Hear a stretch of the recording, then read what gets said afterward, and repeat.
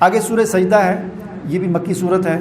اس سورہ مبارکہ میں بھی توحید، آخرت اور رسالت پر لوگوں کے جو شبہات تھے ان کو دور کیا گیا ہے۔ الف لام میم تنزیل الکتاب لا ریب فیہ من رب العالمین۔ دیکھیں یہ صورتیں جو ہوتی ہیں نا، ان کے شروع میں، بعض صورتوں کے شروع میں ایک الفاظ اس طرح کے ہوتے ہیں، تنزیل الکتاب، کہیں پر آ رہا ہے جس طرح پچھلی صورت میں تھا کہ اللہ تعالیٰ نے یہ کتاب نازل کی ہے جو حکمت والی ہے، یا یہ کتاب جو تلک آیات الکتاب المبین، یہ کتاب مبین کی آیات ہیں۔ اس طرح کے الفاظ مختلف صورتوں کے شروع میں آتے ہیں۔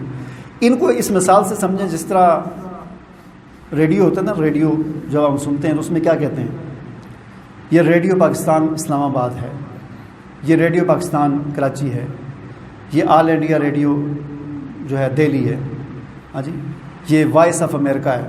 شروع میں ایک تعارف کرواتے ہیں کہ ہم کہاں سے بول رہے ہیں، یہ آواز آپ کو کہاں سے آ رہی ہے، کراچی سے آ رہی ہے، لاہور سے آ رہی ہے، جرمنی سے آ رہی ہے، انڈیا سے آ رہی ہے، یہ آواز کہاں سے آ رہی ہے۔ جب آپ کو یہ پتہ چل جاتا ہے پھر آپ اس کے مطابق پوری توجہ سے اس کو سنتے ہیں۔ اسی طرح صورتوں کے شروع میں اللہ تعالیٰ مختلف الفاظ کے ساتھ، جیسے یہاں پر کیا فرمایا، تنزیل الکتاب لا ریب فیہ من رب العالمین۔ یہ جو آپ کو آواز آ رہی ہے نا، یا یہ جو آگے جو باتیں آ رہی ہیں، تنزیل من رب العالمین کی طرف، رب العالمین کی طرف سے ہیں، لہٰذا آپ اس کے مطابق اس کو آپ پڑھو اور سنو، اس بات کو مد نظر رکھتے ہوئے کہ رب العالمین کی طرف سے یہ باتیں آ رہی ہیں۔ یہ ایک تعارف کے لیے صورتوں کے شروع میں اس طرح کی ایک آیت ہوتی ہے جو متوجہ کرنے کے لیے ہوتی ہے۔ آگے اللہ تعالیٰ نے اس چیز کو بیان فرمایا ہے کہ قل، اے پیغمبر صلی اللہ علیہ وسلم، آپ دیکھیں ایک اعتراض ہوتا تھا اس کا جواب دیا ہے۔ اعتراض یہ تھا، بعض لوگ جو منکرین آخرت ہیں آج بھی ہیں دنیا میں، چائنا والے جو ہو گئے یا رشیا والے جو کمیونسٹ ہیں، اس وقت زمانے میں بھی ہوتے تھے کہ جب آدمی مر جاتا ہے اس کا جسم مٹی میں مل کر ہڈیاں ختم ہو گئی تو پھر کیسے زندہ ہوگا۔ وقالوا اذا زللنا فی الارض ائنا لفی خلق جدید بل ہم بلقاء ربہم کافرون۔ اس کا جواب دیا اللہ تعالیٰ نے، قل، آپ فرما دیجئے، یتوفاکم ملک الموت الذی وکل بکم، ملک الموت تمہیں اچکتا ہے، تمہیں حاصل کرتا ہے ملک الموت۔ تم یہ کہتے ہیں نا جب آدمی مر جاتا ہے تو مٹی میں مل جاتا ہے، گوشت بھی ختم، ہڈی بھی ختم، بالکل ختم ہو جاتا ہے۔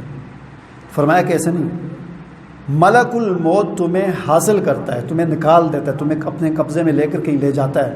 یہ تو تمہارا جسم ہے جو مٹی میں ملتا ہے، تم یہ نہیں ہو، تم وہ ہو جو جب تم بات کرتے ہوئے کہتے ہو میں، ہم، اصل میں وہ ہو تم۔ اس کو فرشتہ نکال کے لے جاتا ہے، پیچھے ہی جسم مچ جاتا ہے۔ جسم چاہے مٹی میں ملے، جدھر ہی ملے، اس کے ساتھ تو کوئی حرج نہیں۔